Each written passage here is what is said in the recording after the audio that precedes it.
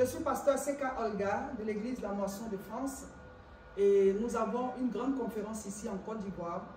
La conférence est dénommée CIMA. CIMA, c'est la conférence internationale de la moisson abondante. Nous l'avons faite en France et nous devons la faire encore ici en Côte d'Ivoire. C'est du jeudi 3 au dimanche 6 août. Pendant 4 jours, nous allons prêcher la parole de Dieu. Et déjà avant la CIMA, ce samedi 22 au dimanche 23, il y a un programme spécial dénommé Week-end spirituel des jeteurs de montagne. C'est un programme qui se fait chaque 2 week-ends à l'église La Moisson à Angré-Djogobité, parce que Dieu a permis qu'on ouvre l'église La Moisson ici et le temple a été bâti et par la grâce du Seigneur, il y a des cultes tous les dimanches à partir de 8 h. Et je suis là, mon époux, le révérend Roger Seka, va me rejoindre bientôt pour la CIMA qui commence le jeudi 3 août. Mais déjà, ce samedi 22, je voudrais vous inviter au week-end spirituel des jeteurs de montagne. La Bible dit dans Marc chapitre 11, au verset 23, que si quelqu'un dit à une montagne, ôte-toi de là et jette-toi dans la mer, si cette personne ne doute pas et qu'elle croit fermement que ce qu'elle a dit arrive, elle verra cette chose-là s'accomplir. Quand on parle de montagne, ici on parle du côté spirituel. Il y a des situations qui sont comme des montagnes, qui nous empêchent d'avancer, qui nous bloquent le chemin, ou alors qu'on doit gravir. Et donc, il faut dégager de la puissance spirituelle pour déplacer les montagnes ou bien les aplanir. Zorobabel a dit, qui es-tu, montagne, devant Zorobabel, tu seras aplani.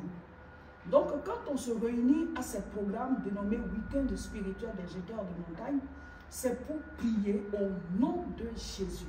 Il dit, voici, je vous ai donné le pouvoir de marcher sur les serpents et les scorpions. Les montagnes, ça peut être des situations qui te font pleurer tous les jours.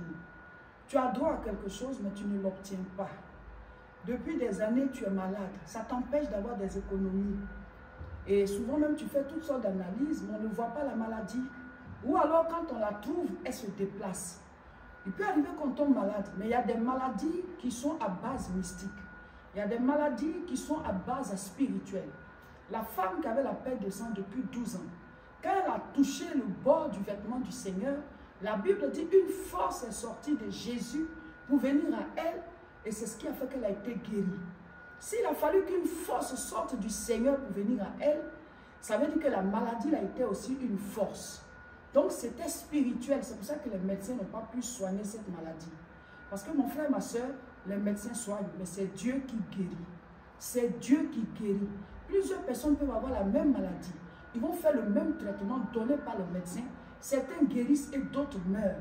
Parce que c'est Dieu qui guérit. Donc tu peux suivre ton traitement. Mais c'est important que tu viennes prier. Que tu viennes faire ces week-ends spirituels des jeteurs de montagne là. Pour déplacer la maladie de manière spirituelle. La jeter hors de ta vie au nom de Jésus. Donc rejoignez-nous ce samedi 22. À partir de 9 h, 22 juillet, à partir de 9 h jusqu'à 14 h.